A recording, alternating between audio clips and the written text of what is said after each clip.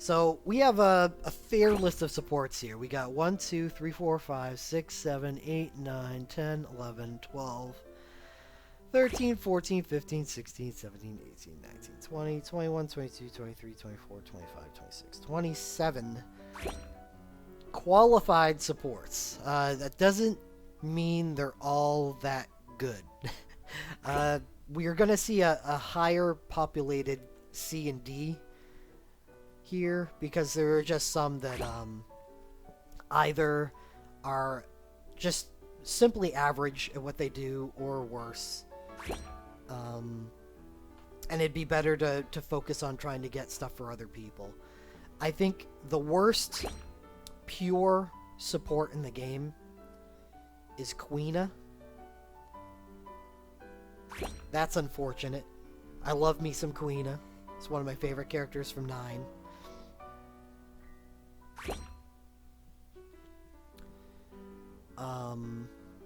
Oh, read a little chat for a second.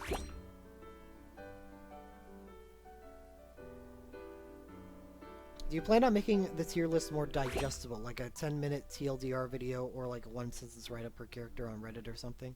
Yes, Raccoon. Once I'm done, once I feel that I've done all the tier lists that I want, then I'm going to do a small TLDR video for each tier list, and then I'm going to do a summary breakdown of strong banners that many in the A and the S tiers dominate. Like, here's a banner with like 3 different people who are in A and S tier, and it makes a really strong banner because it's good relics for strong characters and stuff like that. I'm gonna make a video like that.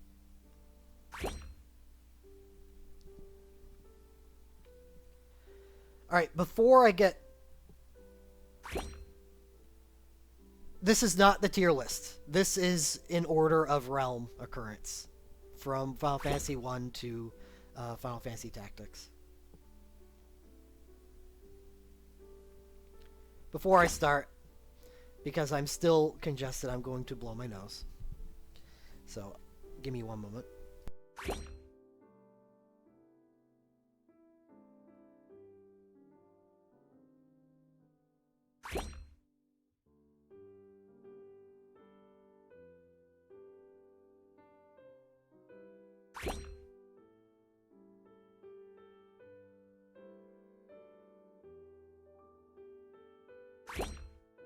Alright, we're back.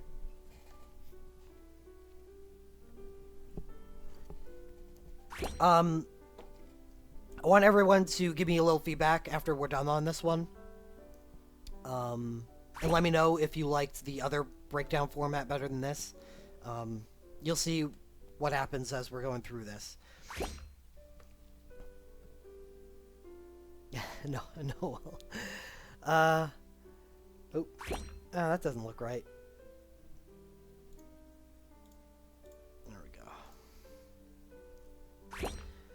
go. So I already put a couple people in the lower areas. We got Larsa and E, because while he is a highly competent healer, a little sick. But still feeling a hell of a lot better. We have Larsa in E tier because he just... he's a bad attacker. He can use swords, and that's about the best thing I can say for him. So while you could, I suppose, use him as a healer and throw, full break and a breakdown on him, that'd be the extent of it. He's just not made for the role, and he gets E for it. Much better, but still D-tier worthy, are Pinello and Iris. Also being healers, but they're dancers. So you don't mind that they're in the back row where they're safer, and they dance, so their statistics have no bearing on the amount of damage or effectiveness that you're doing. They are effective supports that you could potentially bring to an area of effect fight, and instead of getting, like a buff or debuff BSB or something, you just get a Medica out of them instead, which has value, but they're still like sorely outclassed at the role itself by a lot of people here.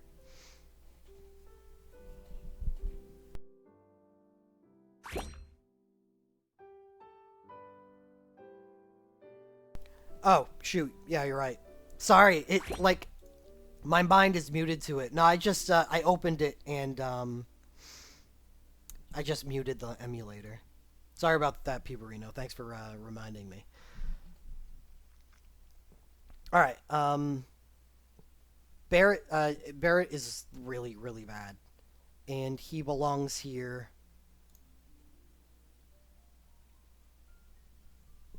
Because not only is he not good now, but he does get a burst soul break down the line, and all it is a full breakdown burst soul break. That's it. So he is resigned to using just gun arms, which is hilarious, and daggers. Quina is better because at least it is just better. But I guess I put Barrett. No, I mean they're just bad. I'll just keep it at that.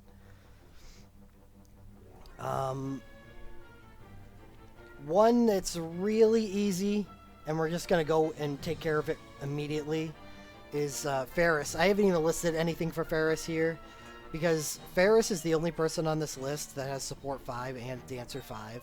That's already reason to take a look at her. Her legend materia, one of the few supports that actually has legend materia, are good.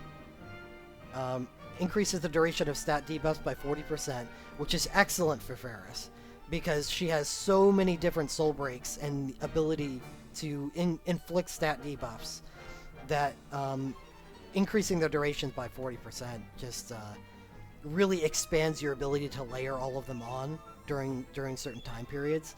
And Valiant Princess, her LMR, increases their damage output because, obviously a drawback to having a pure support is the fact that they have trouble dealing damage the way a lot of other people can.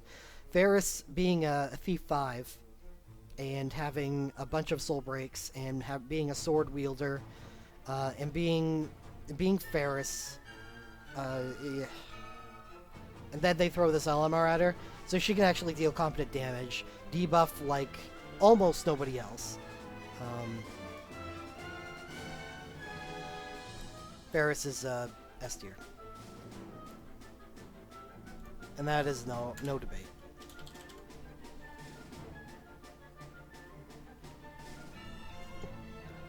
Max, no, 40%, yes, 40% duration is for no modes. The damage LMR, or the damage LM, is from a relic. Yep, that's I would say the same, Solus.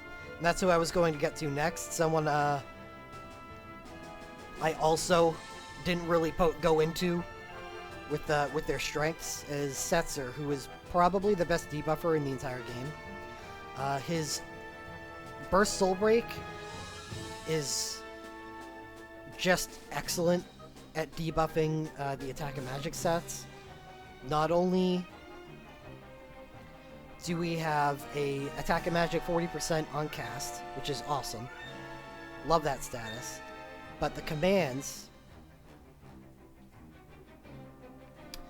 are stackers as well. We have attack defense minus 20% here and magic resistance minus 20% here. And that isn't it. We're not done. Setzer's USB, random joker. Does attacks, a penta break, and grants gambling break to the user.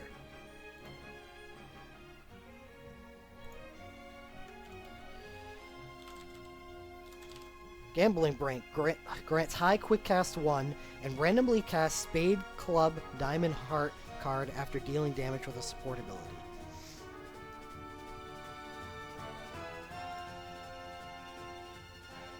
Gambling break. These are the cards and their effects. It's a random instant, so it'll happen immediately after casting any support ability. 2 single attacks, yes, the damage is negligible, but it adds a breakdown. So you don't really actually have to carry breakdowns on him. You just keep spamming his support capability. And then you get your breakdowns through this. Yes, I did pull and it was really bad, and let's just leave it at that. It was horrific. I got a Rosetta Stone. Anyway, so we already have probably the best debuffer in the game, and then we add on to that a little bit by looking at his Legend Materia, because why not? 30% chance to cast an ability, no multiplier, with attack, magic, mind, minus 30%.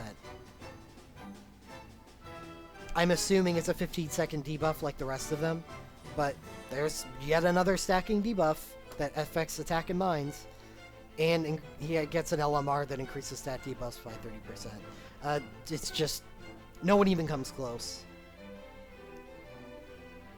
Do his BSB commands count as support abilities? That is a good question. They do.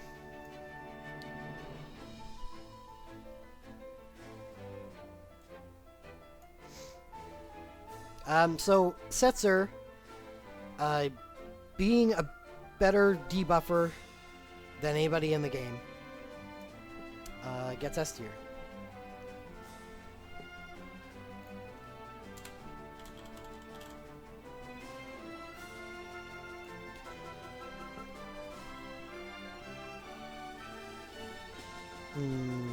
Who should we take a look at next?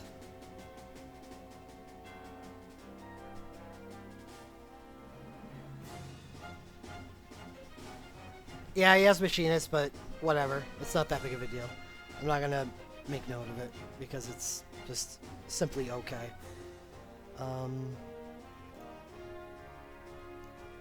Let's work on some of the worse supports, just to get them out of the way.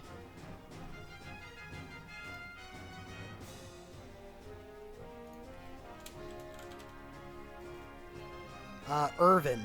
Earvin's a really bad support that they gave a good burst soul break to. Hold on. Cat needs out.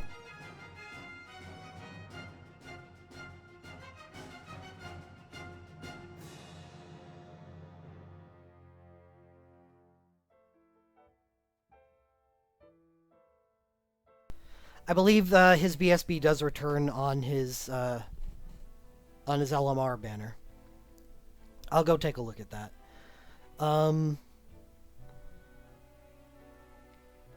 Yeah, the AoE Penta Break is a really generic support soul break, though. It's okay, but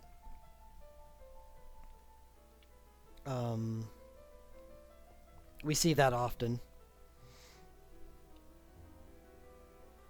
Alright, so we have Earvin with his attack defense debuff on his burst soul break, which is really good. Unfortunately, it's strongly geared towards attack.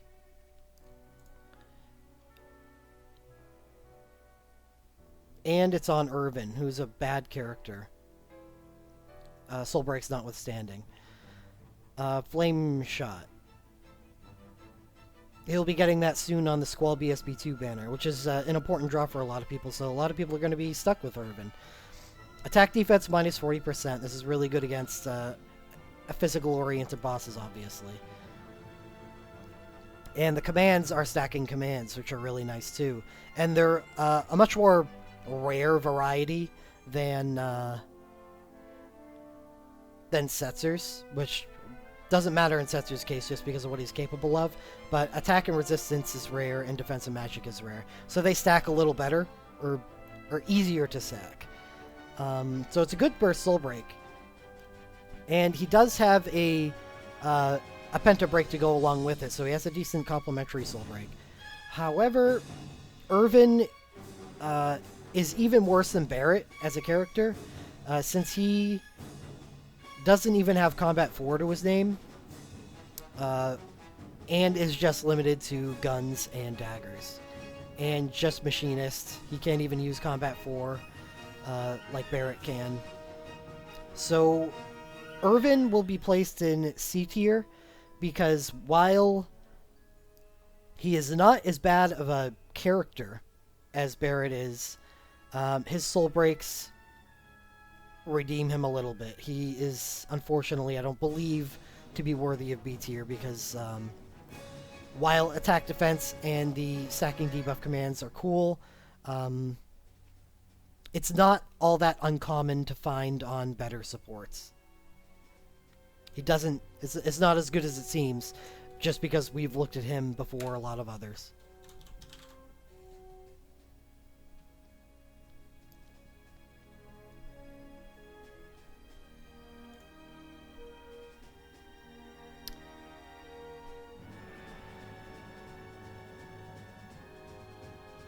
Thanks for the host there.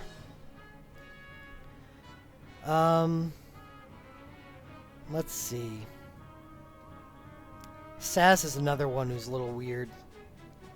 But not as bad as Earvin, I don't think. We'll go take a look.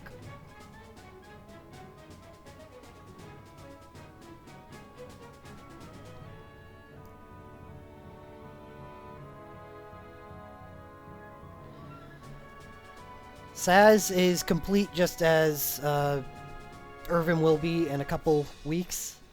Attack and magic 30%, so he's a buffer rather than a debuffer. Grants haste and instacast to the user. This is kind of neat. Instacast 2 is similar to debuffs lasting longer because it allows him to get in more debuffs within a certain amount of time, so it's easy to layer them. Unfortunately, the Burst Soul Break itself isn't a debuffer, so it's, you know what, I guess it's fine because you're not putting all your eggs into one basket. It's more like you get the buffs off, and now you can start debuffing well with your Instacast too. Let's take a look at the commands.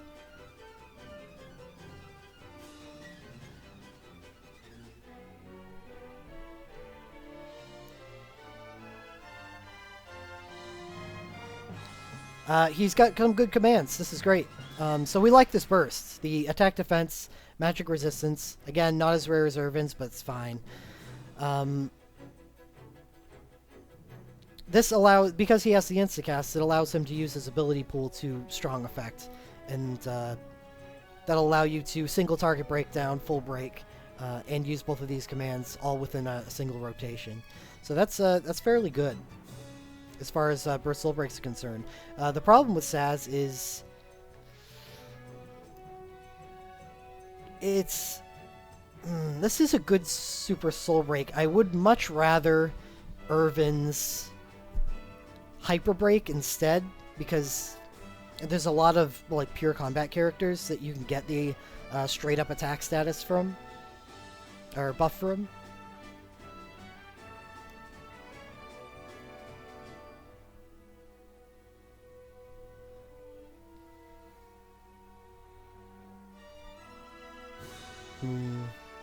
And I don't believe he has any Legend Materia access. No, he doesn't. We're going to put Saz in C tier. I wanted to find something that would have made him viable for B, but it's not going to happen. He just dies as a character. He's complete right now. And the BSB, while cool, isn't all that great. Or enough. It isn't enough.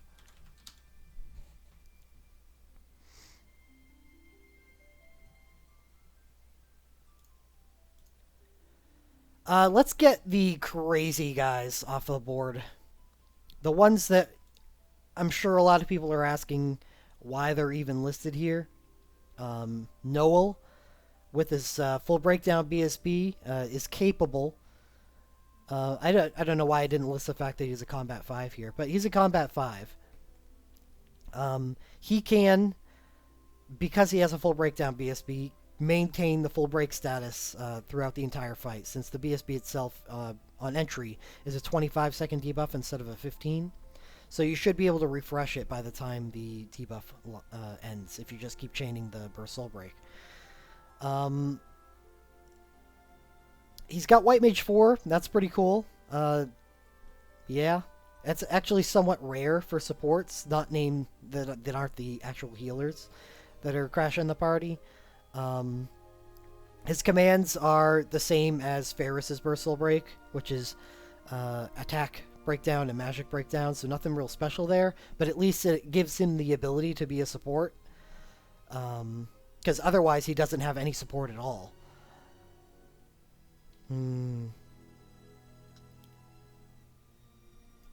He's going to be thrown in C because he really is a picture of the standard support with the ability to full break with his BSB and then use the primary 2 breakdown commands.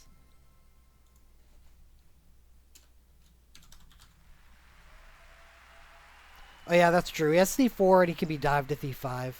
But the Thief4 is important because he can use power breakdown outside of his burst soul break with steel power, and he can also steal defense. The white 4 is actually useful. It's yeah, it's a damn useful ability, and I should pay a lot of attention to it for the people that it occurs on. And that's also why I put Bard 4 there, because that's also important. Not as good as White Mage 4, but still good. Wall also has a full breakdown BSB, but does not have support 5.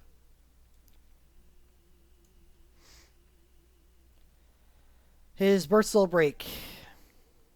Let's see what the commands are. I just want to make sure. I know most of them are just a single breakdown, but I don't want to get caught off guard.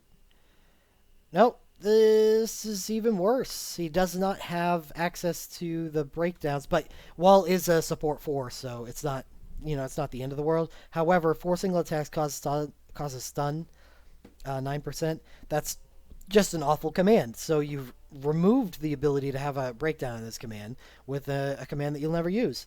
Great. 2 group attacks that does an attack defense debuff. That's cool. So the fact that Wall is a support 4 and gets this that he can layer on top of the fact that he can carry the normal abilities is nice. Is it good enough to break his way out of C? Let's take a look at his USB. Overkill. 8 single range attacks causes crash minus 70% and removes positive effects. So this is a group single range. No, that's not even group. It's a single target dispel. Crash.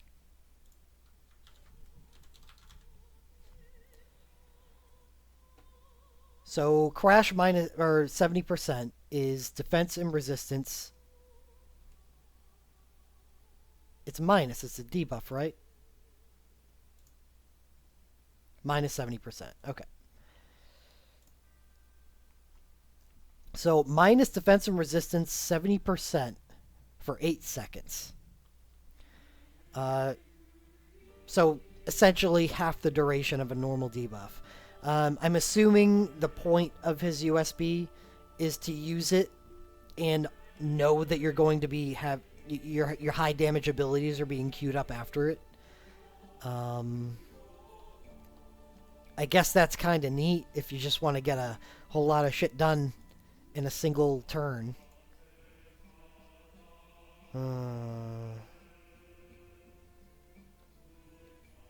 Is that enough for him to break out of C? I don't think so. He does have an attack magic debuff on his Super Soul Break.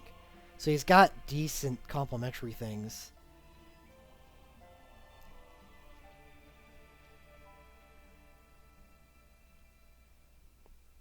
I'm going to put him in B for now. That Super Soul Break changes things.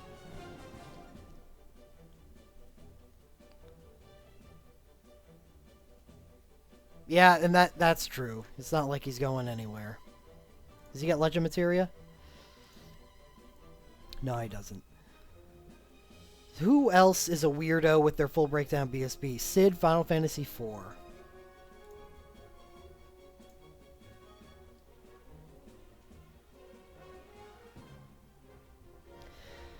Sid, we already know from the last Final Fantasy IV event, gets a Pentabreak Super Soul Break and an Imperil Lightning Super Soul Break. And in the next Final Fantasy IV event, he gets a Burst Soul Break that gives him full breakdown ability.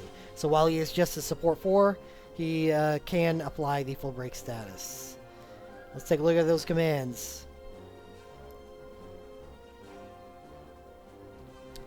2 single attacks. He gets a double hitting magic breakdown and a double hitting armor breakdown. Yeah, well, you know, whatever. The double hit is better than normal. They're machinist and they are lightning based, so they work with his Imperil Lightning very well. Full breakdown burst soul breaks do disappoint me too. I've never liked them. And I wish I had more than just one for Ferris, because Ferris is just awesome.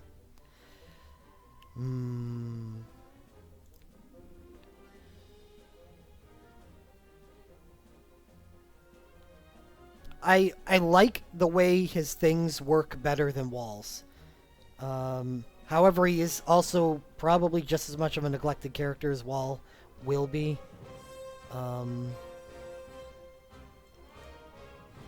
I don't know, thinking about it, I think I'm going to drop Wall into C. And put Sid from Final Fantasy IV there as well. I think they lose a lot of capability because if you do not have their burst, then they aren't effective as a support. And that's a problem that you don't see with other supports because say you have someone's like... Say you have Ferris's Sea Lord's Broadside and her USB. Neither of those are able to inflict full break, but that's okay because she can use an ability to achieve it. Wall and Sid can't do that if you have their super soul breaks. They just completely fall off the map without them.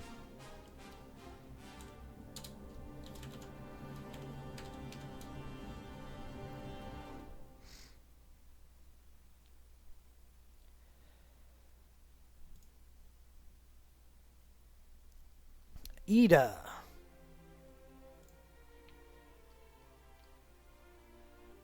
Ida is a phenomenal damage dealer, but as a support,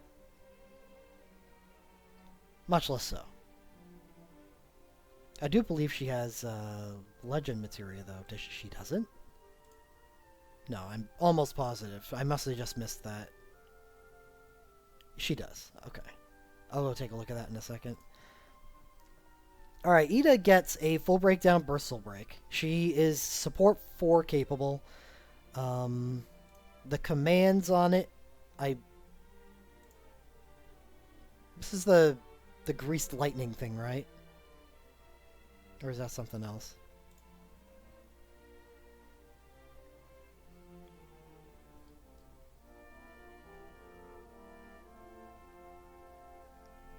Yeah, it is. First command is Grease Lightning, which is a little weird. However, her Legend Materia, I'll make it a little more capable. I won't go into it too much because that's a complicated thing to get into. Grant Stone Skin, it's meant to be used with this, and that's, I don't know, that's kind of a dumpy command. She does have support 4 capability. Really not a good support. She can just inflict that full break status, and then she can use her her 4, but really she is primarily a damage dealer.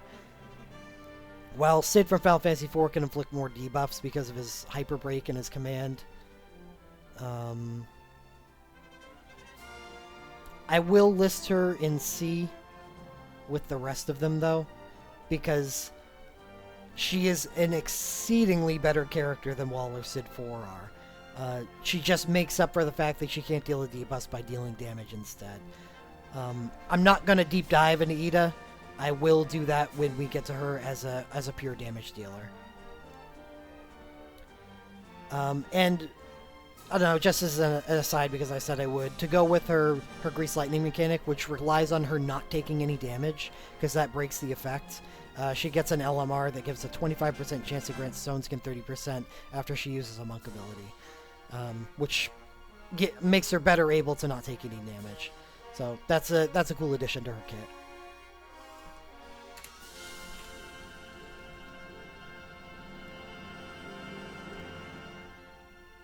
Who else?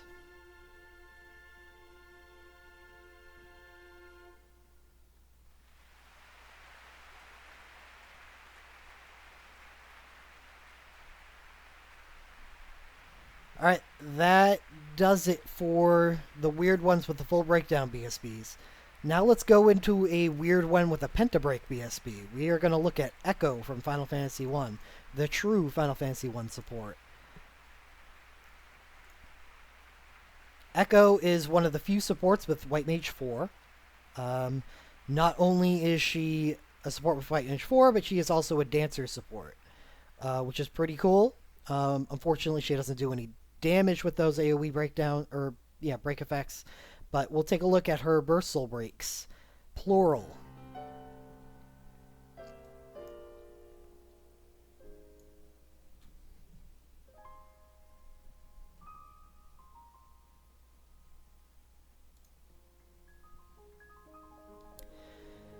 Echo has 2 burst soul breaks, but let's go into this pretty good super soul break first. There's a magic and resistance minus 50% debuff. That's pretty cool. That's not a bad complementary part of her capability. Echo's gift, her first burst soul break, which we haven't seen yet, is a buff slash medica. We have restores HP 40%, targets matching HP. That's a group medica, and gives magic and resistance plus 30% for 35 seconds. That's the same status that Rafa gives on her BSB to the entire party. So we have a buff medica entry, which is pretty cool on a support. Already like this for a buffer. In her commands,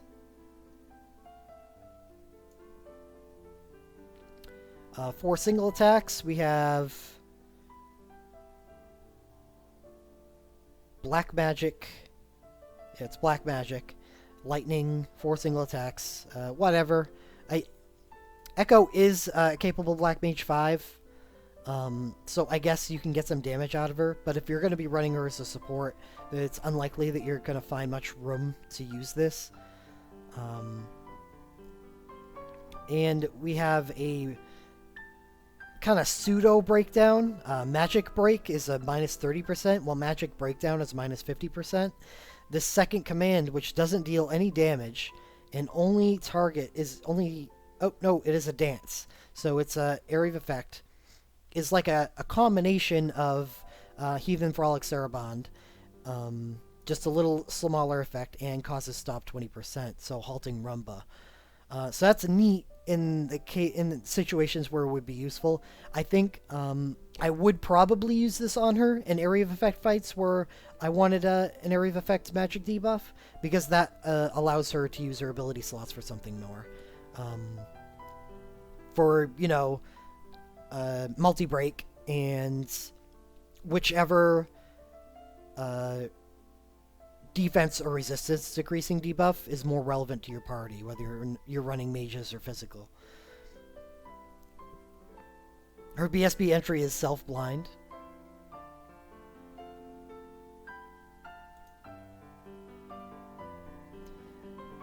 I'm not a funny guy. I don't get humor, and it goes over my head often. Anyway, so that's a pretty cool buffing BSB, because it augments her ability to do her normal dancing. Her second BSB is really where she shines, though. It's black magic based, and it does all enemies wholly non-elemental damage, and it's a pentabreak, AoE pentabreak. So this would be the one that comes after Franz. And I sing the praises of Franz for a while. So let's take a look and see what the commands are, and if they live up to Franz's ability to do things. And they do. I would say that these are arguably better. Echo's Burst Soul Break 2 is unique in that it is the only magical-based support, pure support debuffing burst, where you do black magic holy damage with your commands, and they also inflict breakdown level debuffs. So Echo is a dancer as well as a damage dealer, and a White Mage 4. Really, really interesting. Really like this character, and which is crazy because I don't know anything about her, because she's from she is not from Final Fantasy 1. Record Keeper got a little liberal with the way they define Final Fantasy 1, which is understandable because Final Fantasy 1 doesn't have any actual named characters. Does she have any legend materia? Because I think that's the only thing keeping her out of S tier. That's how highly I think of this character right now. She doesn't. So I'm going to throw Echo in A tier. I think she is an exceptional dancer and has some really good soul breaks that augment her ability to do what she does. And it's really the 2 burst soul breaks that allow you, they give you choice. The choice is really key. Sarah and Garland and Materia. Yeah, you don't play as them though. Garland would be the only one that would actually fit into the what they've actually established with playable characters and enemies. Sarah and Materia are just weird. But you're right, they are named characters. A is where Echo belongs. Alright, who else is weird?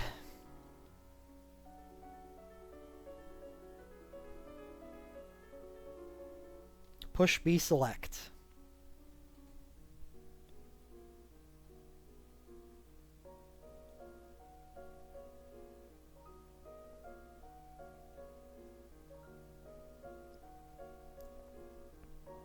Mog, you want me to do Mog? Alright, I'll do Mog. You want me to hear me gush about someone? Mog and Gordon. Okay, Gordon will be next.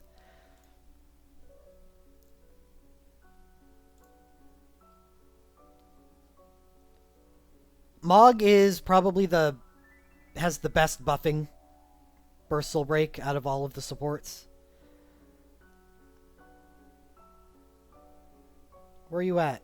Why are you so high on this list? Oh yeah, Mog was one of the earlier characters. Alright, so Mog right off the bat, we see a non-damaging attack at magic minus 50%. And is that AoE too? Yeah, that's all enemies. That is a super old soul break, and be happy that you have it, because while we didn't think much of it before, it is now turned into a good old unattainable soul break on what is turned into one of the best supports in the game. Earth Blues is an attack and defense minus 50% that actually does damage. And that will be... I think it appeared on the last... I don't know, whatever. Anyway. So that does actual damage. And it's white magic based, which is good because he has a higher mind.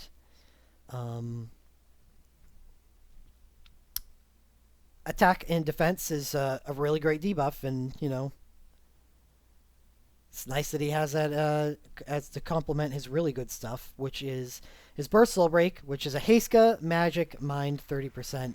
So this is Endless Blessings from Sarah. That was the first occurrence of that. Except it's also a Burst Soul Break. And it's on Mog, who's so much better than Sarah. Anyway.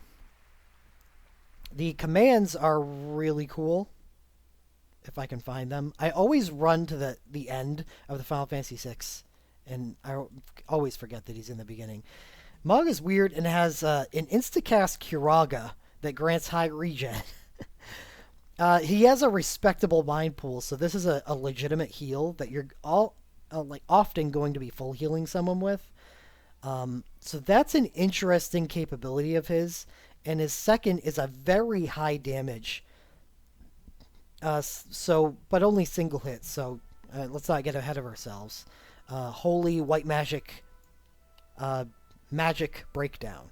So even though Mog doesn't have any real support capability like Echo, he can also deal damage and breakdown at the same time. So if you were to have his Burst Soul Break, he would be one of the best supports simply based on that, being able to magic breakdown with the commands and use multi-break and another breakdown as his other abilities, or multi-break and, you know, Protector or Shelke if that's what you want to do. I believe is he a bard too? Why didn't I list bard? because Bard stinks, I guess. Maybe that's it. It's not enough of too much crossover with White Magic 4. This is probably one of the best buffing burst soul breaks in the game, and it alone is what makes Mog awesome. But that's not where Mog stops. Mog keeps getting developed as a character. That burst soul break occurs in the next event, which is very soon, but there's another Final Fantasy VI event after it where Mog gets even more things, which is a USB. And look, more buffs. We have Attack Magic Mind 30% for 25 seconds and grants Quick Cast 3. This is just meant to be used with his burst soul break.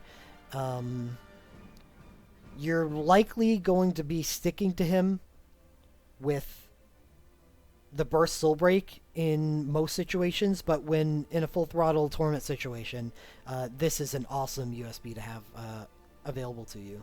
And he would, at this point, probably be only worthy of A tier, but then he also gets LMR on the banner that comes much later on with his USB.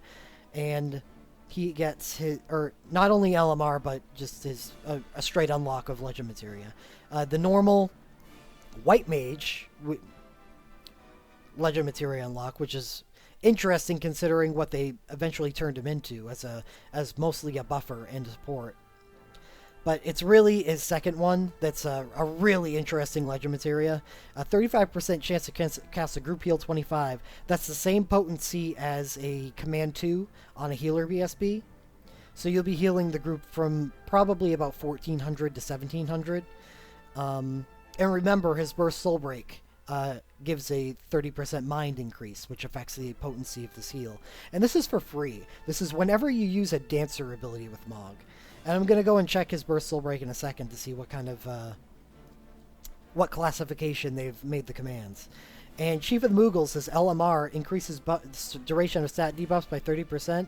Since he buffs so exceedingly well, this is also a good LMR. So this is a neat, but Mog is mostly a dancer, and these two Legend Materia would work perfectly for him.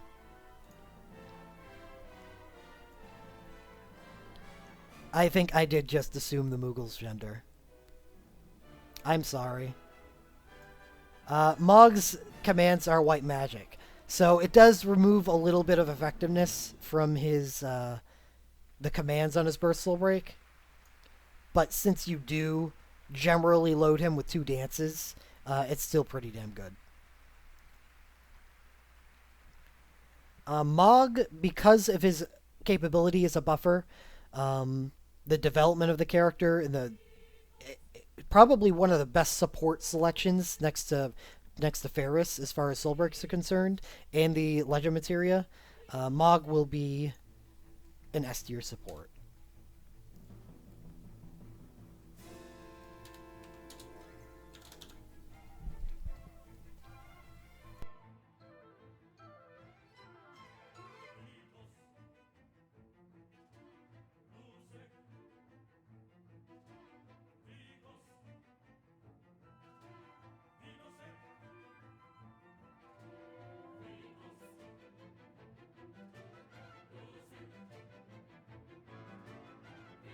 Sorry to blow my nose. Situation was getting bad. Anyway, I said I was going to do Gordon next, because he's kind of an odd duck himself. Still.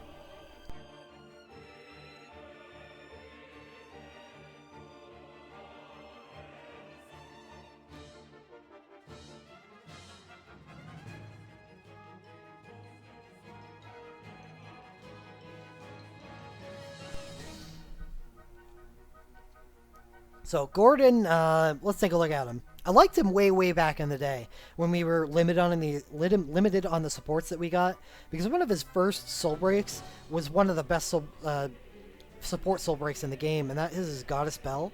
Not only is Goddess Bell really good by itself, this soul break shows up on a lot of older supports, that the attack magic minus 40% while doing area of effect damage. The Relic is I believe, the only armor in the game that has a moderate elemental resistance, which is fire in his case. It's a really awesome relic, and I want one. it hurts my soul that I will not be able to get one. I will do Edward after Gordon. So we have Goddess Spell, which is a really old soul break that's excellent.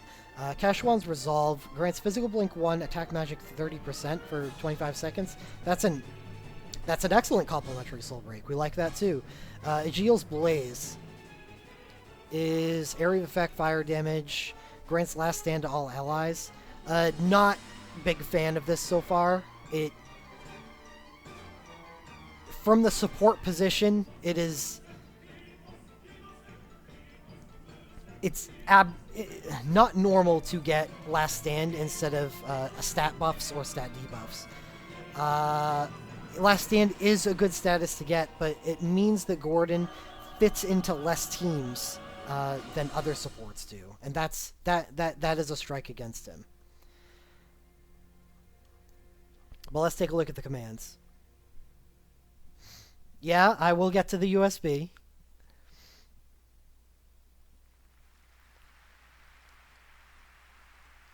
Or there you are. His commands are just attack, breakdown. Yeah, attack, breakdown, and defense or armor breakdown. Yeah, you know, whatever. This burst soul break is really just generic. Less than. So I'm down on Gordon at the moment.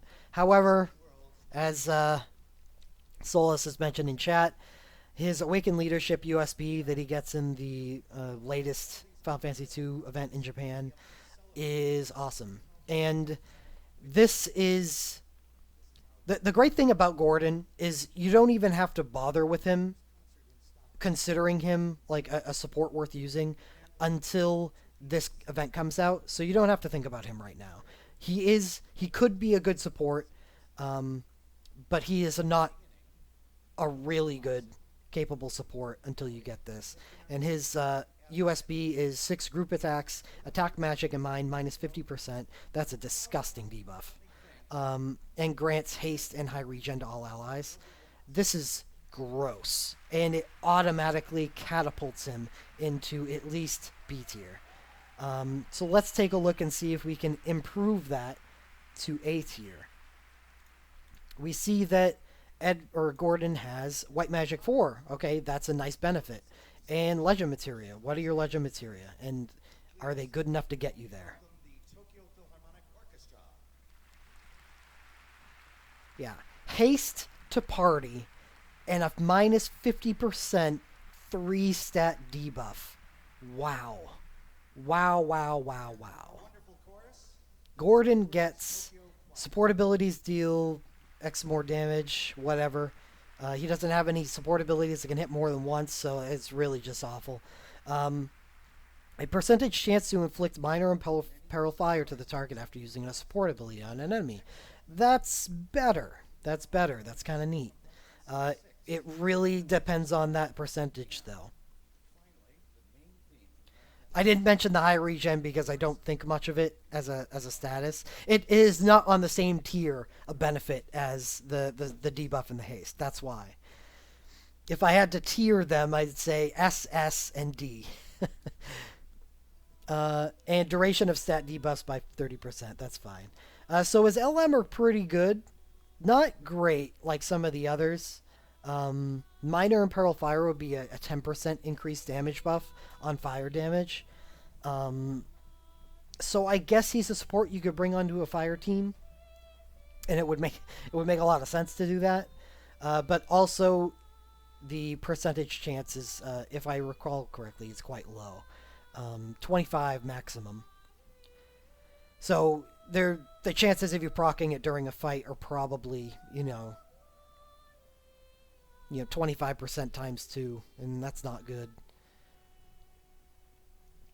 Or, sorry, 25% times 8-ish. So, twice.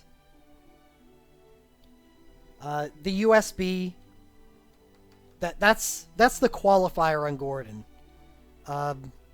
He is kind of a not-so-great support unless you have his USB. It's nice. that you can concentrate on a single, and I believe it's a good banner that it shows up on. I'll take a look at that later because I plan on doing the banner segment at the end. But that USB is just, plus Goddess Spell and his good support, Super Soul Breaks. I've got to put Gordon as A, because that USB is just absurd. High B, low A. Yeah, that's where I put him. So I'm gonna throw him an A for the moment. But I agree. He could swap between B and A. And I said I was gonna do Edward next. So we have Edward, Bard 5, support, Legend Materia, Holy Imperil attack buff BSB. And what else do you get, Edward? I know you're one of the stepchildren of Record Keeper for a while. Did they do anything good for you? Oh my word. So Edward is, and I see why he was chosen to be after Gordon. He is the buff version of Gordon. Except I would say his Burst Soul Break is a heck of a lot better than Gordon's. We have Imperil Holy and attack 50% from his Burst Soul Break, which is actually a legitimately good Burst Soul Break entry. Works really well, since it's not damage based. That means Edward can work on any team that's capable of doing holy damage. You want to make a white mage team? Go for it. You want to make a black mage team with, like, you know, Echo and Hope? You know, throw them on there and go for it. Just anyone that can do holy damage is benefited by having Edward around. And we'll take a look at his commands, which I believe are dual debuff commands. The first of its kind, other than Tyro, which doesn't count. He's got the funny commands. It does attack magic 20%, defense resistance 20%. These are the same debuffs that Tyro has on his. And gives sap 100% to the user, which is, okay. It's not that big of a deal. I won't, consider it. I don't talk about high regen that often being good, so I'm not going to talk about sap being bad. So that's a good Burst Soul Break. Buffer, and it has dual buff commands. Cool. Edward has a USB that I spied that is Magic Resistance Mind. Okay, now we know where Edward belongs, and that's on mage teams, which right off the bat gives me alarm bells, because his burst is meant for a physical team with the attack 50%, while his USB is meant for a different type of team with magic and mind buff, and grants haste and quick magical attacks too. So they don't complement each other, but they do make him versatile. He's a valuable member on a knight team with his Imperil Holy and attack 50% with his BSB, but he is a great support on a mage team if you don't have Mog, for instance, with his USB. Edward has some equipment issues that are renowned, but that's okay. I'm going to take a look at something, because this was a... Oh, no.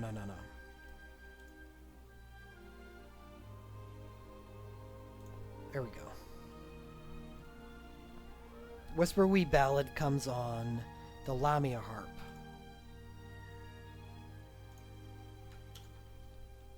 This is relevant, by the way. I'm sorry. Going on a tangent here. So his Lamia Harp is a weird gut. That is the wrong tab. No, not the Lamia Flute. The harp. There we go.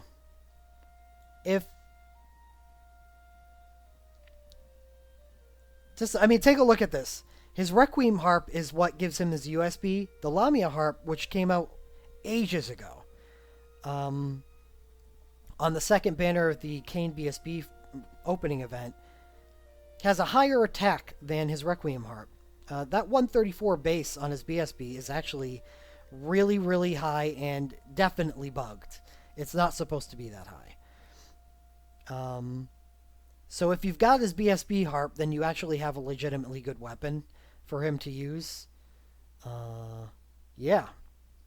Or at least better. I mean, 134 isn't exactly synergy, but it's something for him to use in all realms. I would say, he still suffers from the same problems as like Earvin and Barrett with their equipment selection.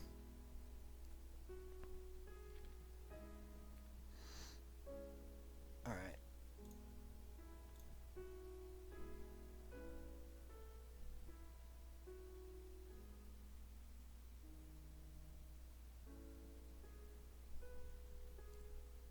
But we do have legend materia for Edward.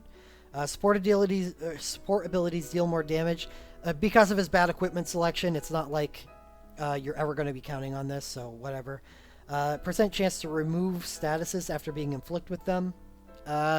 Also, don't really care that much. Blind resist accessories are Legion. And that's really the only one you care about here.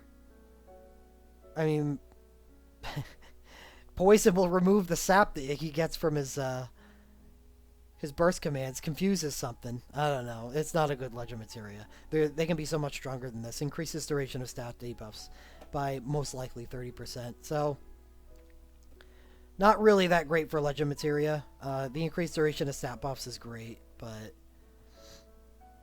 nothing special. I like seeing special things here. I think I'm going to throw Edward into B tier.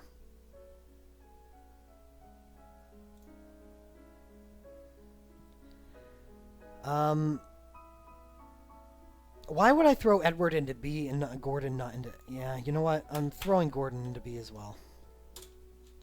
Because Edward has a much better burst than Edward does. Much better burst.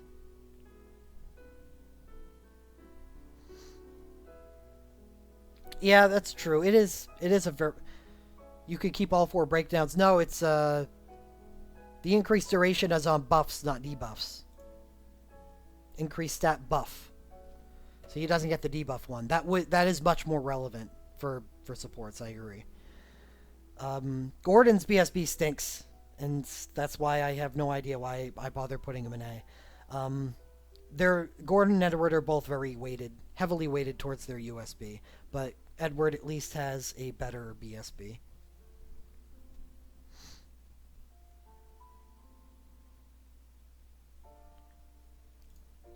Alright, who's next? Since we did Mog, let's go to Kate Sith. I'm not going to pronounce his name correctly because no one pronounces his name correctly. He's a dancer, has White Mage 4, and has Bard 5. So I listed...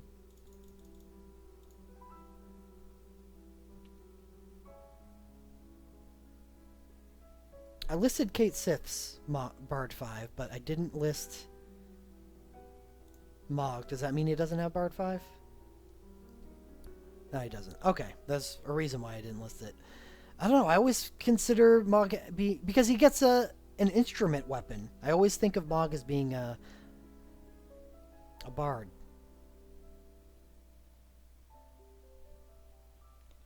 Well, anyway.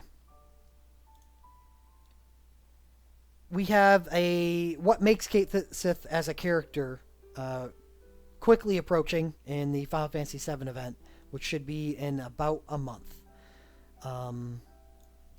Let's go take a look at it.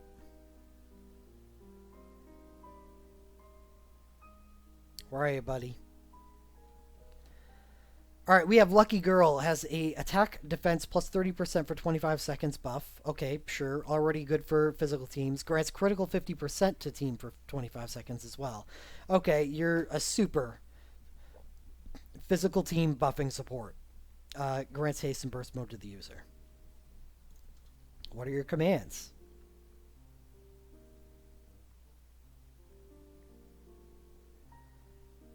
You have Lucky Girl. White magic based commands that dual debuff.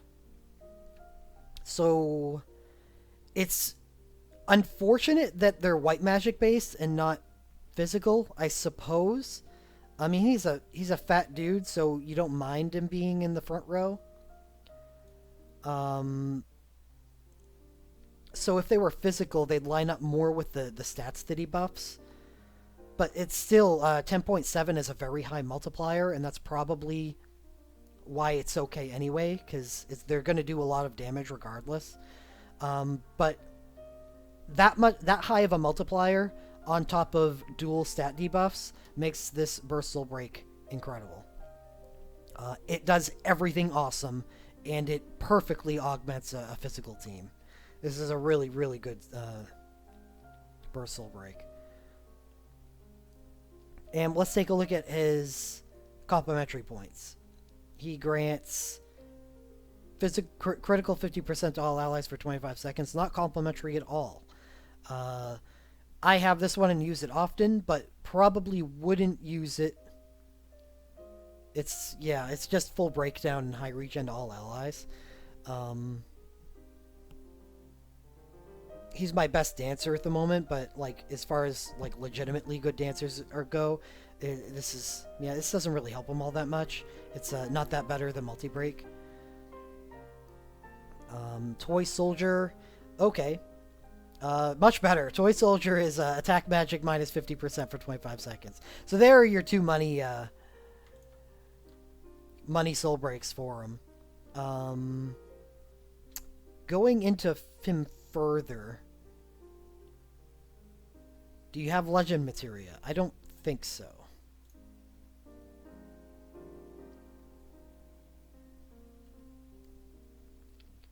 Do you got anything else?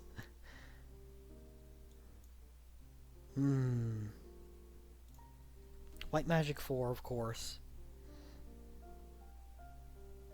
So, is there any way I could consider him in the same category as Echo?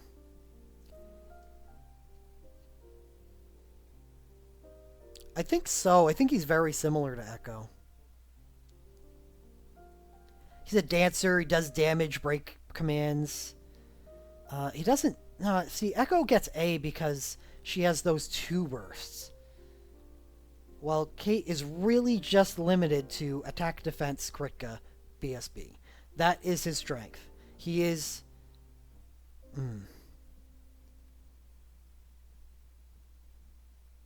Oh, yeah, true. I forgot about that. Well, that only applies really in Final Fantasy VII, though. Unless you got instruments elsewhere. It's a tough ability set to get. Yeah, white magic means they're based off of mind. He has a high mind pool. He's very similar to Mog like that.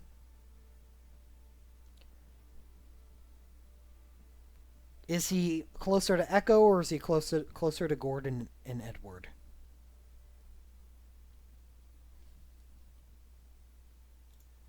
I think just because he does physical so damn well. Oh, man. Yeah. A tier. Open to being convinced otherwise, though. Let's see. Who's next? I think we can start going in order of events now.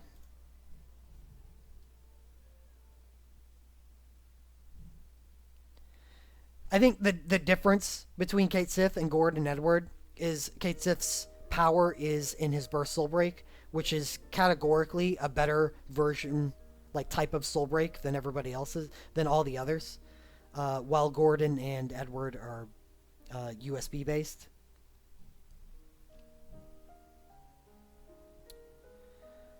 Okay, so next on, did I do Waka? Waka, because we have a Final Fantasy X event coming in a couple days. Got full breakdown BSB, Imperil Water Pentabreak USB. That's a pretty strong duo.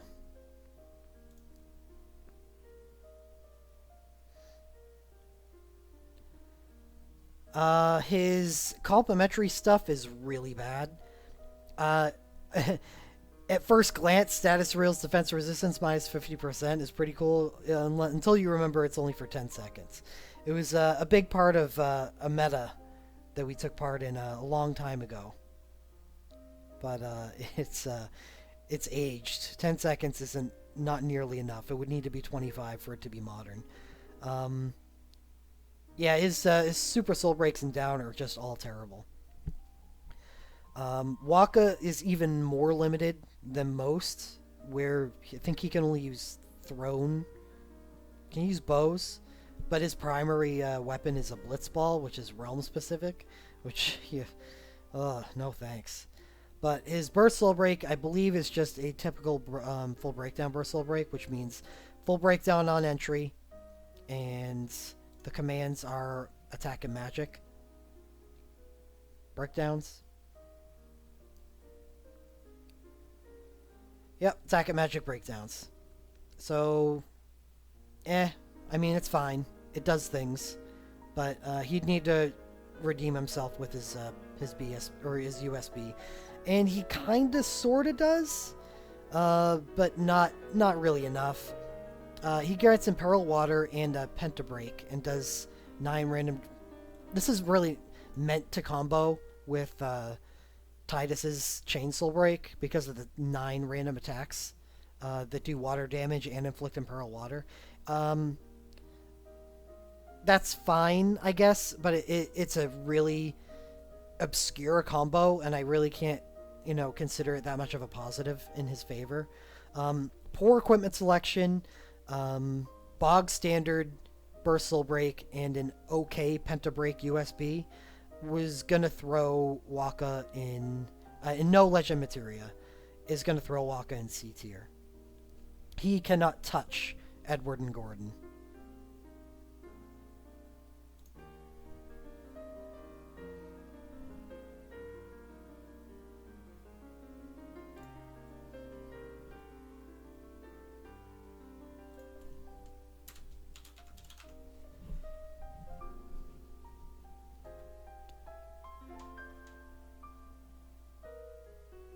They do essentially improve it because they don't make it available anymore, Pillow. So you don't have to worry about picking it up. Power creep is an important part of the game for better and worse.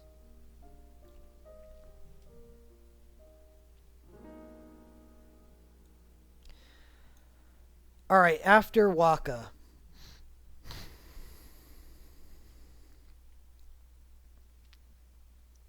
We have a Final Fantasy IV event. We did Edward.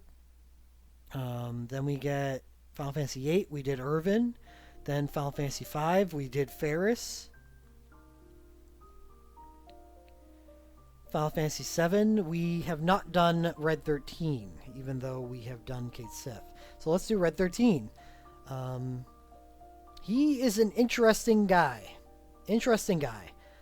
He is very much limited in the same way Waka is, and not as bad since Red 13's Barretts are limited to him and him alone, other than Tyro, while at least the Blitzballs can be found from other sources. But he has some benefits that we don't see on other people. We have his Cosmo Canyon BSB, which gives attack and magic 30% for 25 seconds, grants high regen. It's an okay buff on entry. The commands, I remember, they're okay, but they're ninja cast time, which is really strange when you think about it, but really beneficial for a support because it allows them to likely layer 4 different action cause debuffs instead of the usual 3. So that's interesting. Protector's Roar, attack, defense, mind, 30%. That's a good complementary. Super Soul Break, Stardust Ray, no. Ether, no. So he's got that one Super Soul Break working for him. And let's take a look at his coming USB, which is attack, defense, resistance plus 30% for 25 seconds to everybody, and grants haste and status blink. This is a phenomenal USB. If we had just stopped at haste, I would say and throw him in C tier. But we're going to throw him in B because status blink coming from a support with a respectable buffing Bursal Break. Those Ninja Cast commands are deceptively good because of how well you can utilize his support capability with that. But this USB is Gordon and Edward tier. This is where he belongs. He belongs with them. And I do believe he gets RM as well. Or LM, sorry. He does. Support abilities do more damage, increases the duration of stat buffs, and increases the duration of stat debuffs. Perfect. But is not enough to bring him into A tier. He's definitely worthy of B, though.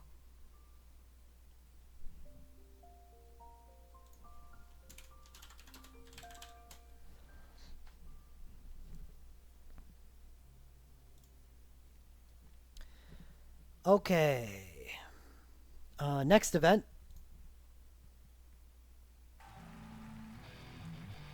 We have the Final Fantasy 1 event, which we've done both of the pseudo supports for. Final Fantasy 6, we've done both Mage and Setzer. Final Fantasy 9, I've done Quina, and no one else qualifies. Final Fantasy 13, we did Saz. Final Fantasy 12, we could do Fran. Let's do Fran. We got a Hyper Break BSB, the first of its kind, and it's got those dual hit commands, which is awesome. Really awesome S tier BSB. And Pearl Ice Quick Cast USB. That sounds cool. Let's go check everything out.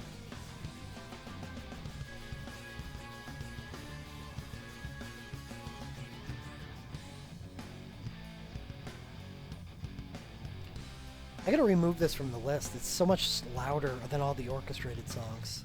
As much as I love Maybe I'm a Lion. Okay. Fran, where are you at? Oh, she's near the top. Okay. Another one of those defense resistance, 10%, because Fran's an oldie. Shatterheart. We've seen this before. Like Goddess Spell, AoE. Attack magic minus 40%. Great Super Soul Break. I'm very, very happy to have this. It's my only version of this Soul Break that I have. Mist Overload is a single target full breakdown damage Super Soul Break. No. It's bad. I have it. I almost always use Shadowheart instead. Pinpoint is an Imperil Lightning. Which, okay, it doesn't really synergize with anything she does, but she's also support, so she would be a viable support to bring for a Lightning squad. It's okay, whatever. Still, Shadowheart's her best Soul Break so far. And now we get to her burst, Gaze of the Void, 5 group attacks, Pentabreak, grants haste, burst mode, blah blah blah, and we know that her commands are dual hit. Always love the dual hit on commands for supports. And they do attack and resistance. The attack is obviously more useful than the resistance is. You would like to have an excuse to use these commands since they're higher damage than usual. But resistance is only going to be relevant on a mage team. So it's still a really, really good burst because of that Hyper Break entry. But let's see what that USB can accomplish. We have all enemies that deals ice and dark damage and causes Imperil Ice and grants Quick Cast 2 to all allies. Quick Cast 2 is a status that applies to everything. It's like the quick version of Power Chain where it affects everything. And that's a very important distinction. Because with something like quick magical attacks or quick physical attacks, they only affect things that do either physical or magical damage, while Quick Cast 2 will affect everything, including something like Kate Sith's bursts, for instance, is something that buffs, so you could quick cast that out. It doesn't have to do damage to benefit from the quick cast. So that is a good status to get. Imperil Ice is rare, and that's what makes that cool.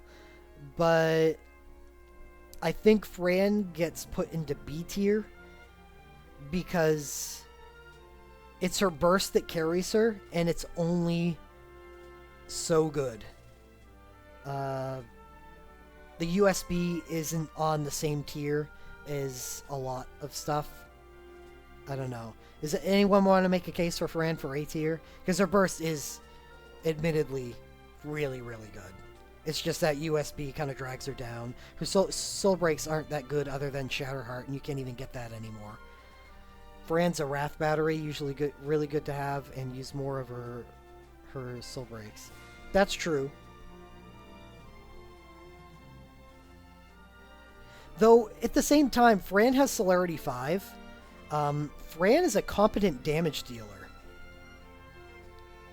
Celerity 5 as an ability school gets much better later, and I suppose as the premier, for now, Celerity support, I will go and show you the future of Celerity.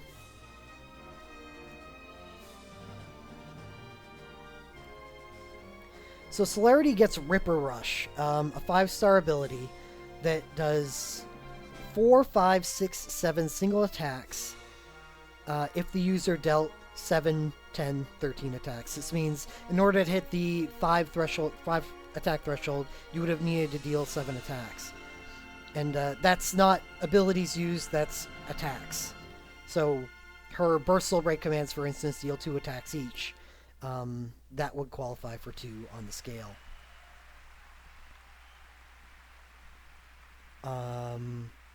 So that 4.76 is an extremely high multiplier, and Celerity characters, if they're able to hit that 13 attack threshold, have I think it's the highest damage. Yeah, full charge is 4.68.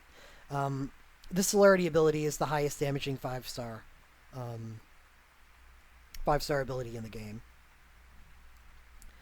And it's part of what helps Fran become a really high damage support. So another part, and why I wanted to focus on Celerity here, is Celerity's 6-star Dervish ability gets a buff in Japan. It goes from being what it is right now, and that's 2 single attacks, and it moves up to a 4.4 multiplier if the user has haste, or it'll grant haste to the user. But in Japan, it increases, instead of 2 single attacks, it does 8 single. And we'll use this multiplier because it's the one that's relevant. So it will do a 4.8 multiplier and 8 single attacks, and grant haste to the user if you don't have it already. So they really, really buff Dervish, and those 8 single attacks is meant to be used with Ripper Rush. And it enables that to be a nice spammable ability. So Fran, being a primary support, isn't the best user of that. There's definitely better. It's still a really, really nice part of her capability. So you could potentially just use her with the USB, and then, as a Celerity user, in case you needed that Imperil Ice, because it is a more rare Imperil. We're still going to put Fran in B tier.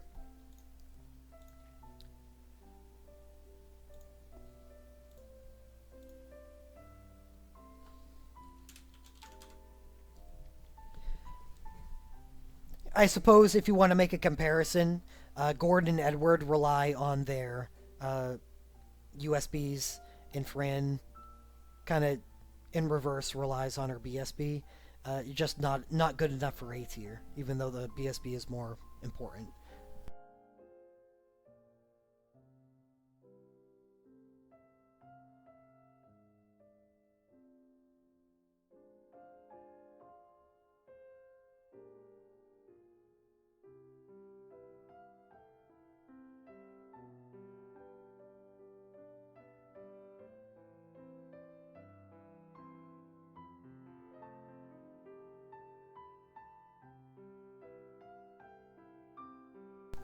Solace, I think that's a good call.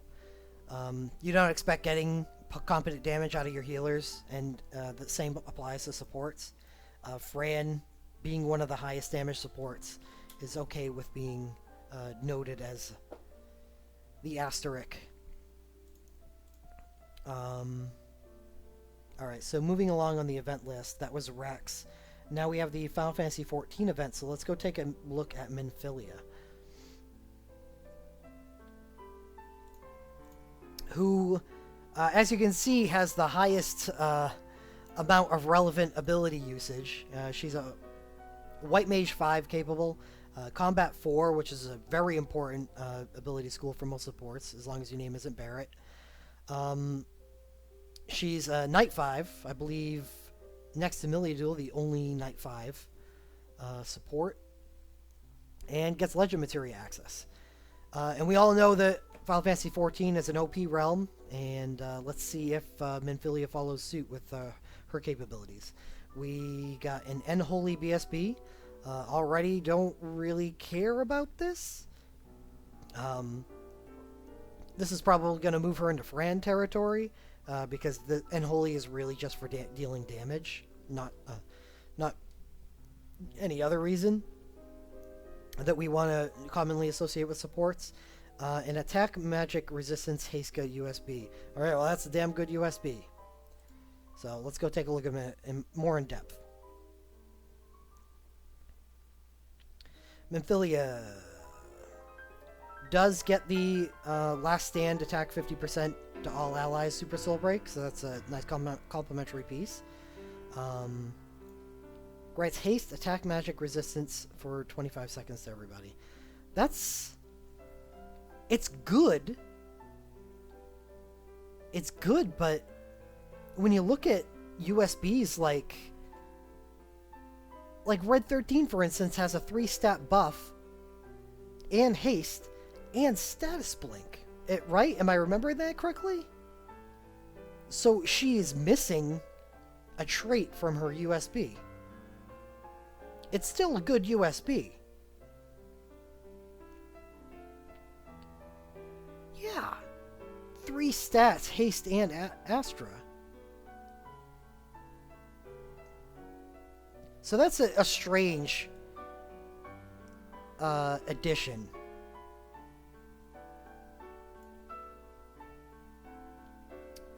However, I think what their rationale for this is since the 3 buffs include both attack and magic, which are arguably more, I don't know, beneficial than, say you had 1 offensive and 2 defensive stats.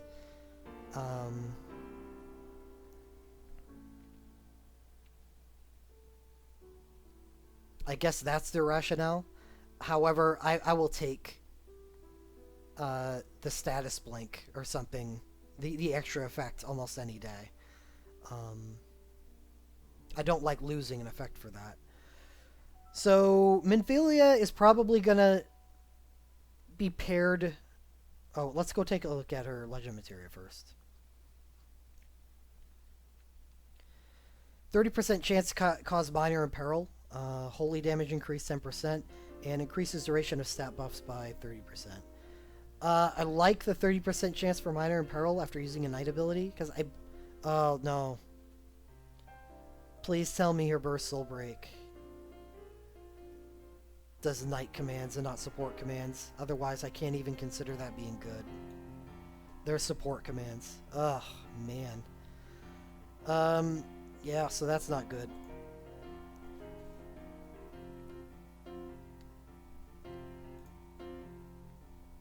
Yeah, Minfilia is going to be B tier because of her okay BSB. The BSB commands, by the way, are Attack Breakdown and Magic Breakdown. But it's for dealing damage. She does damage.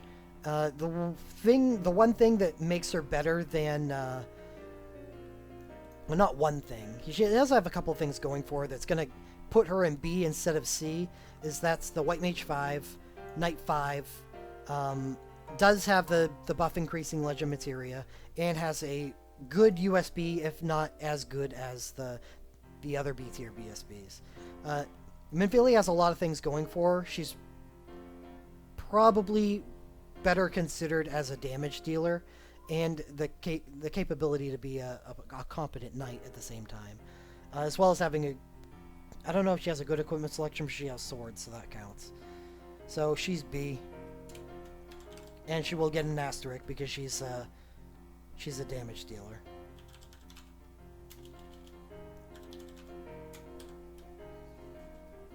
I won't put that. It's not as relevant for supports as it is for healer.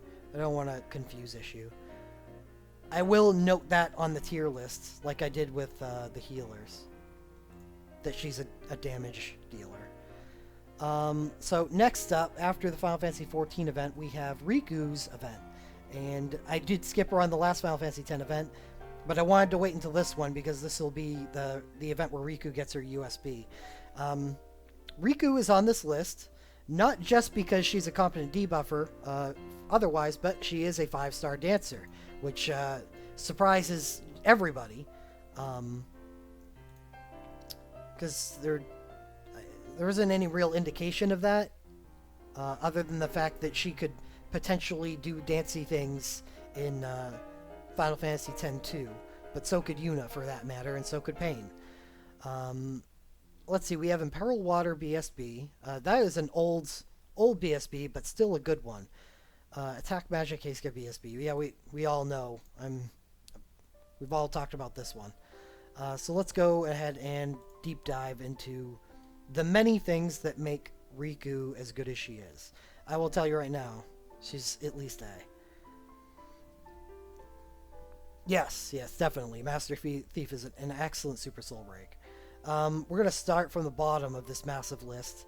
Sap 50%, ranged attack. Oh, cool. Hyper Nullall, which was really threw everybody for a loop way back in the day, because it's an attack resistance buff, and it disobeyed how we thought about buffs, because an attack resistance buff shouldn't stack with another attack resistance buff. But this one does, because the attack buff and the resistance buff are considered separate buffs.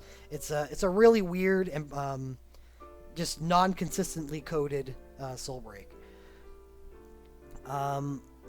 Machina Sabotage, Steel Power, whatever. Machinations, BSB. We'll get into that one in a second. I want to go into Master Thief first. Her other Super Soul Breaks. Master Thief is a high damage single target attack and resistance minus 50% debuff, which is a really nice, rare status. And attack resistance 30% to the user. Great added benefit. And it helps that Riku is generally considered a damaging character to get these kind of self buffs, and rare ones at that. Riku is also Celerity 5, by the way. I'm not sure if did I show that on the list? No, I didn't. I should have. My bad. She's Celerity 5 as well. She has one of the most expansive ability pools in the entire game. Albert Brule, we have attack magic 30% and grants instant cast to the user. The attack magic 30% is all allies. However, it's definitely trumped by her USB, which comes out in the event that I had gotten to. So let's talk about the BSB first. We have a random Imperil Water. Grants haste and burst mode. Take a look at the commands.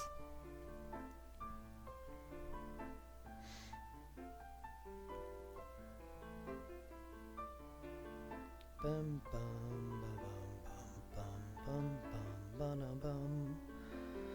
Riku's commands. We have all enemies water lightning. It's kind of a weird first command. It's going to throw a lot of people for a loop the first time they get that. 2 group ranged attacks and grants stun. I guess it's an AoE capability, right? And it does water damage, so, whatever. I'll take it. That helps with the Imperil Water that's on the entry. And her having an AoE capability is really nice. Anti-power armor shell. 2 ranged attacks. Unfortunately, no element to go along with her Imperil Water, which is depressing. But it is a attack and defense. This is Mug Bloodlust, essentially. Which, while good, she is a Thief 5, so it's just duplicating an ability. But when you consider how expansive Riku's ability pool is, it's okay because you don't have to use Mug Bloodlust as an ability. You can throw something else in there. Something else is going to be very high value, like a Celerity ability, like Dancer abilities. You know, to get back to the fact that we are on the support tier list right now. Both of them are considered Machinist School, which will be relevant when we get to her Legend Materia. And what helps her, along with being a Dancer 5 and a competent AoE debuffer, is her USB that comes out in this event, which is a really, really good buffing USB, and gives attack magic 30% to the entire party, and grants Protect, Shell, and Haste. Again, preventing you from having to spend ability slots. But, you know, I usually don't consider them to be that much of a boon, so... But I guess it's part of the package and what makes this good. So, this is the Onion Knight's Burst Soul Break. Except you're trading the Burst mode, which is acceptable in a lot of situations, for Protect and Shell. And remember, Riku is also a Bard 4, so she can use Protecta and Shelke, the Bard abilities. Yeah. So these are really all really exceptional Super Soul Breaks. A big... not all. Because I forgot Albert Brew is the attack and magic 30%. It's unfortunate that it overlaps so strongly with her USB. So let's go take a look at her Legend Materia. Riku. Celerity abilities deal 15% more damage. This is confused, since her burst abilities are machinist-based. However, she does get an LMR during that event, which gives her a 35% chance to grant quick casts after using a machinist ability. This is obviously meant to be used with her BSB. So, while this doesn't really work with her BSB, this does work with her USB. If you're going to run her as a buffer with her USB, you can pivot and say, okay, now we're going to use Celerity abilities to deal damage instead. While if you're going to use her BSB to inflict Imperil Water, you can use this, and that will enable her to use her Machinist abilities. And remember, she's also Machinist 5, because why not give Riku more 5-star things?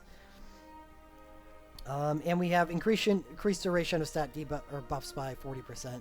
This is good in any incarnation that you use her with. None of this works with her as a support, though, other than the stat buffs. But I mean as a debuffer. Her Dancer ability pool, the reason why she's here to begin with. So her having Dancer is almost completely disconnected from her other support things. The only thing you can pair it up with is her USB. So that's what we're going to rate her as at the moment, not her BSB. That's more of the damage side of Riku. So we'd run Riku as a support with multi-break, a breakdown Dancer buff, and we would run increases duration of stat buffs by 40% with her USB.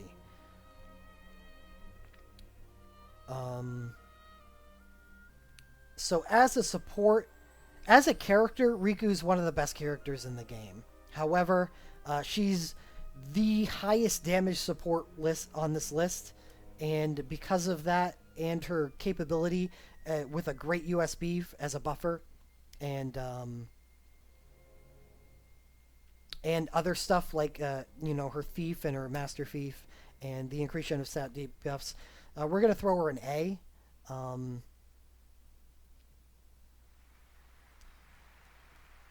And it's just hard to evaluate a character like this because of how atypical of a support she is. But we're going to put her in A.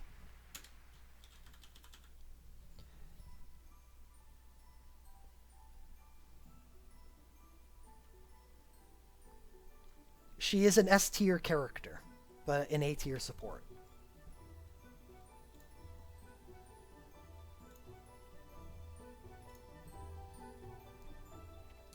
Type 0 event has no supports in it. Final Fantasy VIII event does not bring any more supports. And we have the Dirge of Cerberus event. Final Fantasy VII. Which adds another support. And keeping the theme with Fran and Riku, we have Shelke. Who is a character from Vincent's little side game that wasn't that good. Dirge of Cerberus. And she's actually pretty good. What do I got her listed as on here? Okay.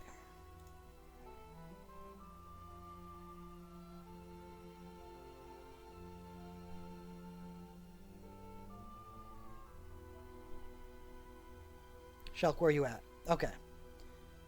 Doesn't have that much going for her. Doesn't have a USB. So she's just limited to her BSB. Let's see if it's good enough. Well, this is interesting right off the bat. Instant cast BSB. Instant cast Pentabreak BSB. Okay. Shelke has Celerity 5. Wasn't noted on the list. And that is definitely reflected in her instant cast BSB. Let's take a look at the commands.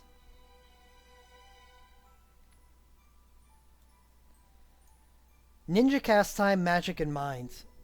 So, similar, it's a debuffing version of Red 13's BSB. Makes sense because they share a realm.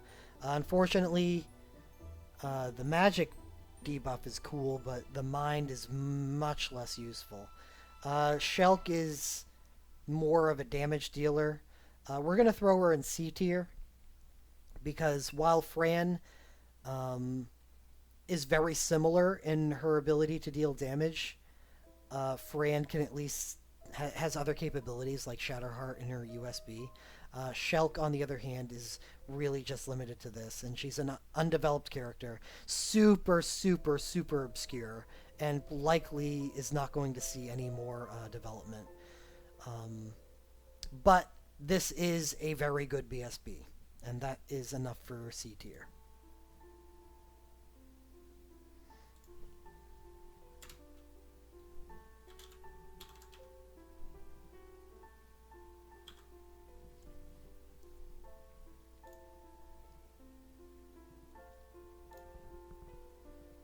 Next we have the Final Fantasy IV event. I have done all of them. Final Fantasy 15 does not have any supports. Final Fantasy 11 has a lot of characters, but it doesn't have any supports, does it?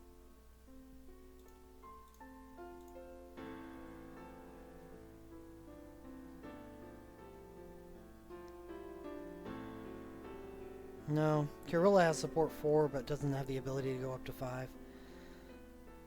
Oh, while we're here, just want to show you Riku. Support 3, Celerity 5, Thief 5, Bard 4, Dancer 5, Machinist 5, and she will have Sharpshooter 5, which is going to be a much better ability pool. Riku is good.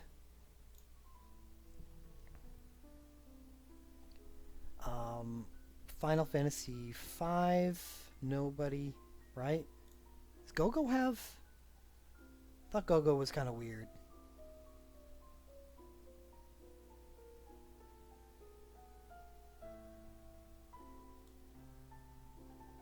No.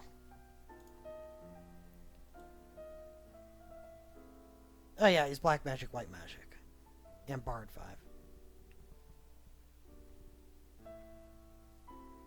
Final Fantasy VI. Did Mage and Setzer. Final Fantasy II. That's the event where Gordon gets his awesome USB. Tactics. So we got Milliaduel. Which is probably French, and I'm completely pronouncing it incorrectly, but oh well. I apologize, all my French friends. Millidool is going to be highly rated. She is very, very new in Japan. Tactics. She is known from Tactics as being the one that didn't just break stats, she broke everybody's clothing and equipment.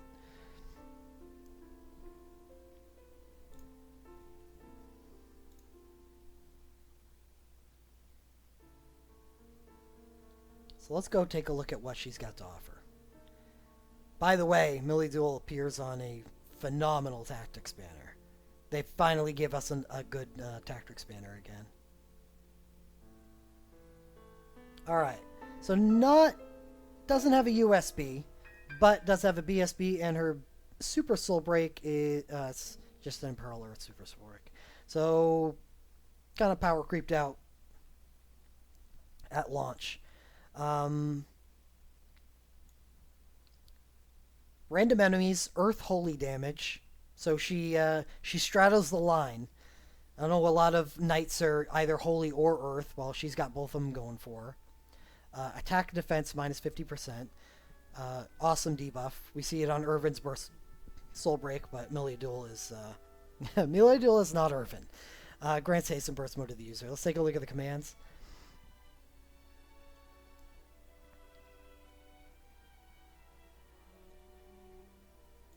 Both are Earth and Holy. The first one is in Power Breakdown, while the second one is another layered attack debuff that also gives magic. So, Millidool is built for reducing an opponent's attack stat to obscurity. Nobody can be Setzer, but she deeply affects the attack stat. What else do you got going for you? Knight 5, obviously.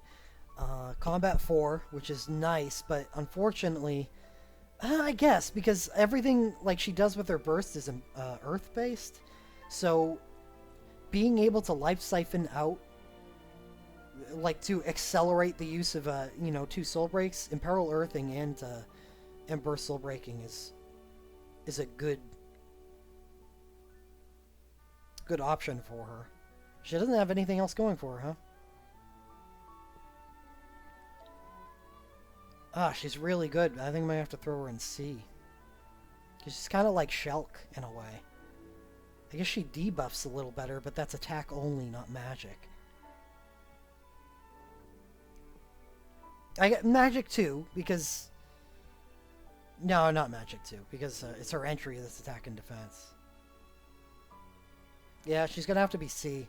She's very similar to Shelke.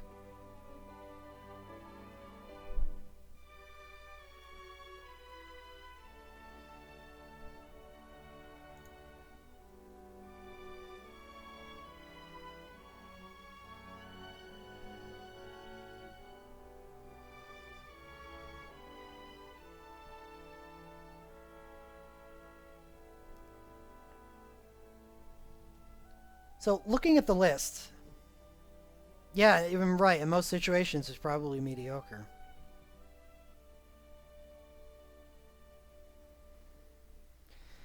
Oh, am I undervaluing Knight? Or am I purposely undervaluing Knight because we're evaluating them as supports? Like, she's a C tier support, but definitely a higher tier character. I feel pretty strongly about that rating. Right, yeah, she's a great secondary support. Like, good to have on the bench. Like, hey, let's fight against Vossler. Break out the Millidool.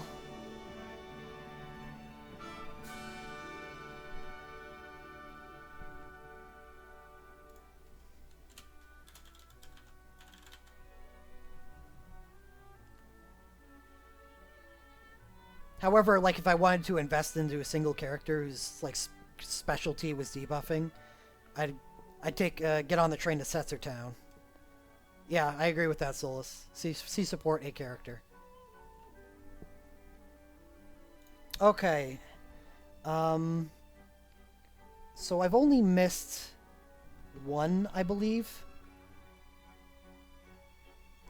And that would be Ramza, which I was planning on doing after Amelia Duel, because this was her event after all.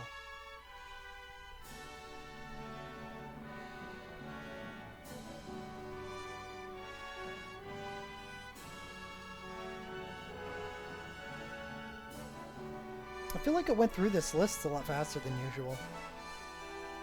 And for that, I am thankful. Oh, it is actually 2 hours after. Then again, I did start a little late because of the poll. Oh, why'd I have to think about it?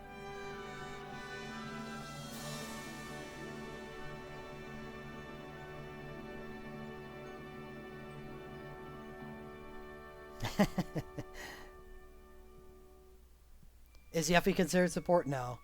I wish. I wish Yuffie had Dancer 5, but she's only got Dancer 4. So she's definitely meant to be a damage dealer, and she can throw in a dance if required. Van, no. I'm going to evaluate Van as a damage dealer that can also be an exceptional debuffer, which will add a lot of value to him as a damage dealer.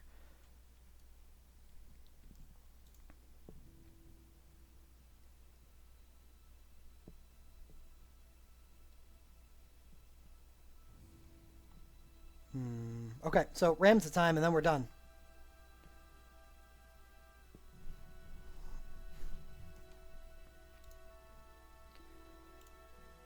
Ramza is cool. He's a cool guy. I like him. It's my favorite Final Fantasy character.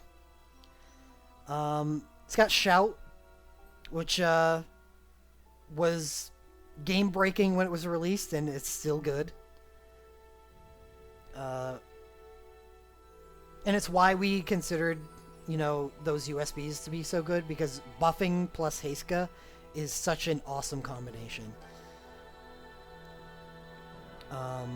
Tailwind is still a good soul break to this day. Having the ability to just Medica is pretty cool from someone like Ramza. Hail of Stones was awesome back in the day, but Stun 100% isn't all that useful anymore. You just saw an RW with Heroic Harmony? Yeah. I hope that was a watcher and they were inspired. Unsung Hero, this is the worst part of Ramza.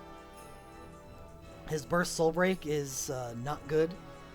The best part about it is the defense 100% to all allies, which is good, just a really underpowered burst altogether. He gets a free Banishing Strike. He doesn't even have any debuffs available in his commands. I mean, I'll go show them to you because one of them is kind of unique. However unusable. You can grant 80 Soul Break points to somebody with it. I guess. But really, Ramza, if you want to do that, you're just much better off using him as an Entrust battery.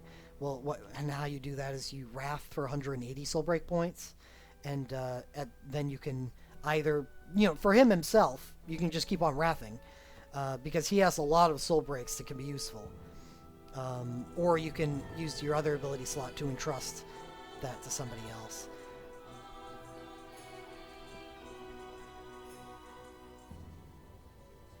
And you'll generate more Soul Break over time than you will with Steel. Then we get Chant and History's Truth. Chant is a Super Soul Break, grants Stone Skin 30% and critical damage 50% to the team. While a strange little maybe doesn't increase the damage output of your team at all, is actually a rare buff. A critical damage is only available on stuff like Refia's first burst command and Zack's CSB, and I think those are the only other two places that this is available. Zack's CSB being something you can bestow to everyone. Refia's is limited to herself. And it's doesn't stack. It doesn't stack. So you'd much rather get it from Zack's CSB, but if you can't, this can enable teams with, say, Eiko as a healer, or what's his nuts, Kate Sith as a support, because Ramza can also just take part in that team, because you can increase your damage so much from the support situations that being limited to a 2 damage dealers instead of 3 is actually okay.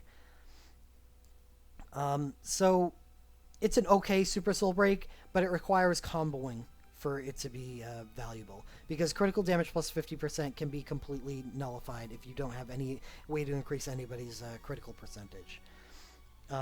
It's meant to be, I'm not going to say meant, but it combos really well with Cloud's USB, which grants the user 100% crit rate. The combination is pretty gross. And then we have his USB, which is attack, defense, magic, plus 50% for 25 seconds, and grants Instacast 1. I think when this buff originally came out, I didn't rate Instacast 1 as highly as I should have. And I hope my perception of it isn't being bent too much, because I did so many Nemesis attempts with Raijin Super Soul Break that gives the same buff to the party. Just seeing over and over and over and over and over and over again how useful Instacast 1 was to a party. And this is not even considering its use as a speed clear tool. Speed clears is going to be a mission that's eventually introduced to the game, where if you're able to complete a battle within a certain allotted amount of time, then you get major orbs. So it's like a Sid mission type thing, except different parameters for completion. So this is a good USB. It's definitely not on Gordon Edward Red 13 level, but it's still very good, because Instacast 1 is something that shouldn't be underestimated. However, it being... Oh no, it's attack and magic, so that's cool. I was actually just going to get there. Speed clears are coming, yes. However, I think... I don't know what type of thing that they're limited to. Ramza also has Knight 4, Combat 4, so he's one of the few light siphoning supports, and gets Legend Materia. Let's go take a look at the Legend Materia.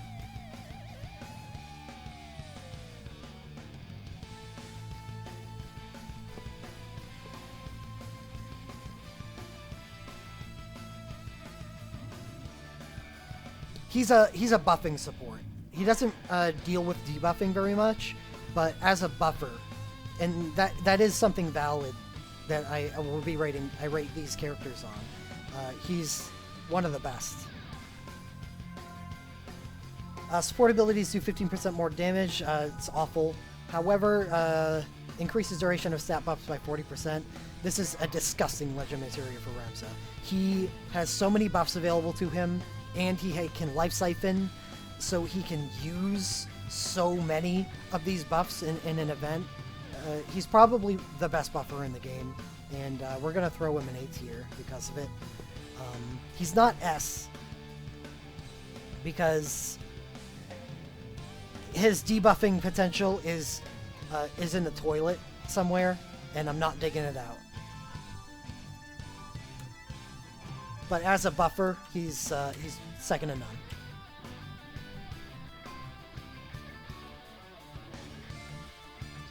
And I consider debuffing as a support more valuable, and that's why Setzer takes S tier, but Ramza only takes A. Ramza does have a large equipment pool too, and his stats. One of the things supports suffer from is they suffer a stat tax. Most just have low stats, but Ramza doesn't deal with that issue. He actually has combat character level stats, so there's that to think about too. Large equipment pool, good ability pool. Since he has Knight 4, he can draw fire and magic lure. And Banishing Strike. I can't tell you how many times I've used Banishing Strike on him. Banishing Strike is one of those abilities that's never going to go away. So I'm almost feeling like I'm talking myself into S tier, but I don't know.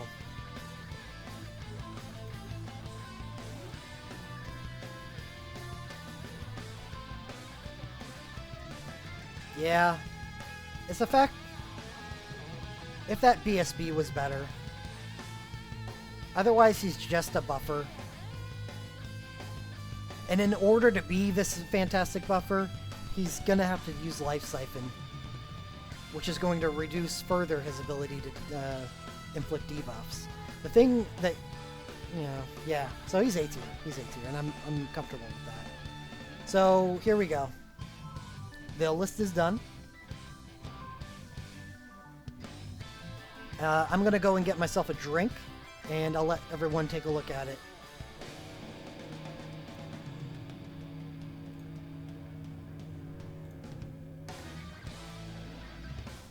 There we go.